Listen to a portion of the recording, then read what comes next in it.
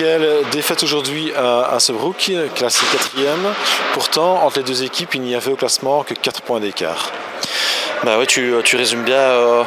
Je pense qu'entre le 4e et les derniers, il n'y a pas beaucoup de points d'écart. Le championnat est assez serré cette année. Voilà, je pense qu'on avait quand même des choses à jouer, mais malheureusement on passe encore complètement à travers aujourd'hui et c'est triste, mais la victoire d'Azebrook est largement méritée. Azebrook qui a montré une grande efficacité offensive, alors qu'au nombre d'occasions créées, NJCHU en a créé plus. Ben voilà, tu viens de résumer tout. Je pense qu'au match aller c'était pareil aussi. Azebrook avait marqué énormément de goals sous peu d'occasions. Je pense que c'est une équipe qui forme un très bon bloc.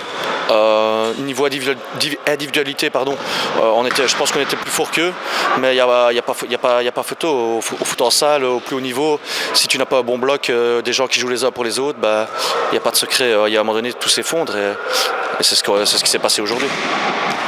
La semaine passée, j'ai eu l'occasion de filmer un manage contre Anu. Le scénario était un petit peu identique. C'est l'équipe qui a joué la plus collectif qui a remporté le match, autrement dit manage. Aujourd'hui, Azebrook, très collectif, a remporté le match contre une équipe de NJ avec des joueurs qui ont été plus individuels. Ben voilà, tu viens de tout résumer. Comme je viens de dire dans ma réponse précédente, je pense que le mini-foot au haut niveau, il te faut un bon bloc défensif, une équipe qui joue les uns pour les autres, qui se battent et pas des gens qui ne pensent qu'à soi et qui jouent l'individualité. Si tu veux réussir dans le mini-foot à l'heure actuelle, il faut un bon état d'esprit d'équipe et voilà, comme je viens de dire encore, un bon bloc. Une équipe de CHI qui a quand même fait le déplacement des forcés, sans coach, puisque Eric était retenu pour raison professionnelle, et des joueurs absents.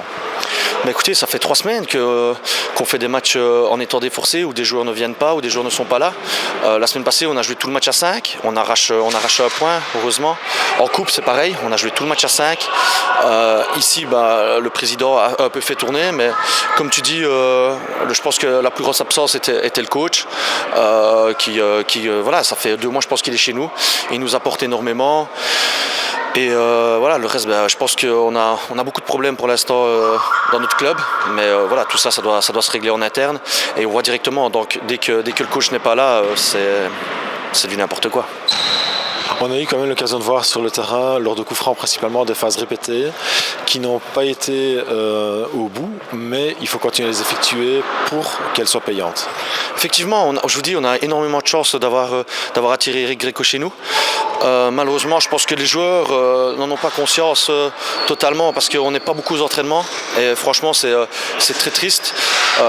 Il nous apporte beaucoup, que ce soit tactiquement ou comme tu dis sur des phases arrêtées, mais on le voit bien, elles aboutissent de temps en temps. Ici, elles n'aboutissent pas parce qu'on n'a pas la chance d'être au complet aux entraînements et de les travailler à fond, alors que c'est des choses qui peuvent passer très facilement. On a déjà vu, c'est déjà passé quelques fois, sans énormément les travailler, mais voilà, c'est la mentalité liégeoise pour le moment. On a des mentalités qui font défaut chez nous et heureusement, on a la chance d'avoir le coach qui est arrivé chez nous et qui essaye un peu de redresser ça, mais c'est pas facile. Alors, retour sur le match maintenant.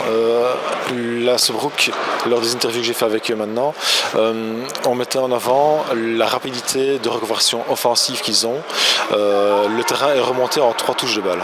Chez eux, c'est simple, je vous dis, c'est un bon bloc défensif. Ils sont efficaces, ils vont droit au but, ils cherchent pas à faire 10 passements de jambes, 3 roulettes ou quoi que ce soit. Ça récupère le ballon, ça va vers l'avant, ça prend un appui et ça frappe au goal. C'est simple, c'est efficace.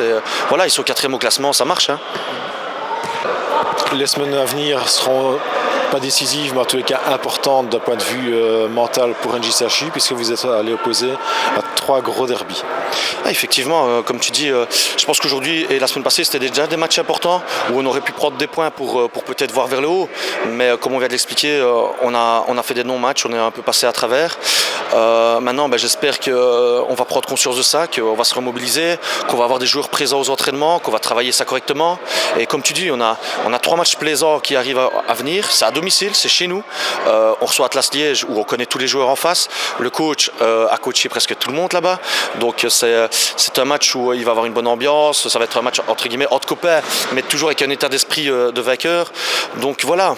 Après, effectivement, le Golden en coupe, c'est pareil, on se connaît tous et tout, donc c'est toujours des matchs plaisants à jouer, mais je pense que pour le moment le problème d'Engie, c'est qu'ils ne doivent pas se concentrer sur leur adversaire, on doit se concentrer sur nous-mêmes et sur nos entraînements, venir aux entraînements, s'entraîner et se concentrer chacun sur sa propre personne et pas s'occuper de son coéquipier.